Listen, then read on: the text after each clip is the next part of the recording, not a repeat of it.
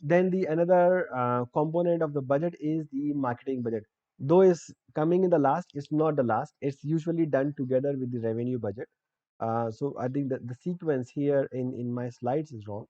The marketing budget, for doing the marketing budget, we need customer segmentation from the revenue budget, where which type of customer we are going to target, and what would be the volume based on the our strategic business needs.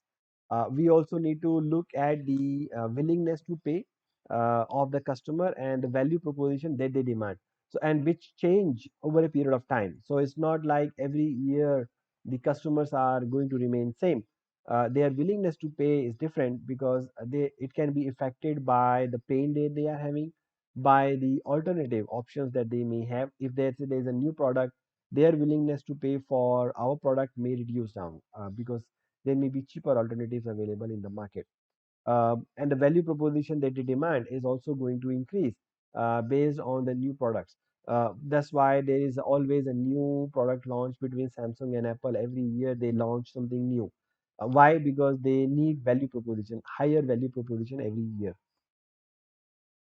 Then also we need to look at customer profiles to understand when we have to do the marketing, because marketing budget is primarily aimed at defining the programs what we are going to do, when we are going to launch them, and so we have to work backwards when we want the impact. So let's say we want the impact in November, and usually it takes 2 months to launch a marketing program.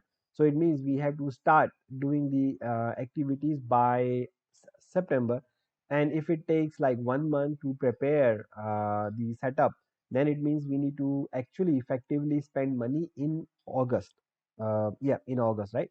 So that's how we have to do this marketing budget.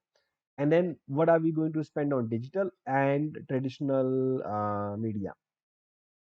So the suggestion for doing this is to focus on the specific top segments that usually drive the growth. So if we don't have to do every single customer segment into the marketing budget, because there may be multiples of them, there will be tons of profiles, customer profile that we can do. So we have to follow the 80-20 rule here. 20% of the market segment will generally drive the 80% of the volume. So we have to focus on those top 20% of the customer profiles and segmentation, which are going to drive the value of our business. And then we have to define the metrics for evaluating the success of each marketing campaign and efforts. So whether, for example, usually in the Facebook we track the likes and the engagement, which may not be the correct metrics. Maybe the correct metrics is the conversion. For SEO, we can track the number of visitors on our website. So those are the usual usual marketing, usual campaigns that we generally run in the marketing.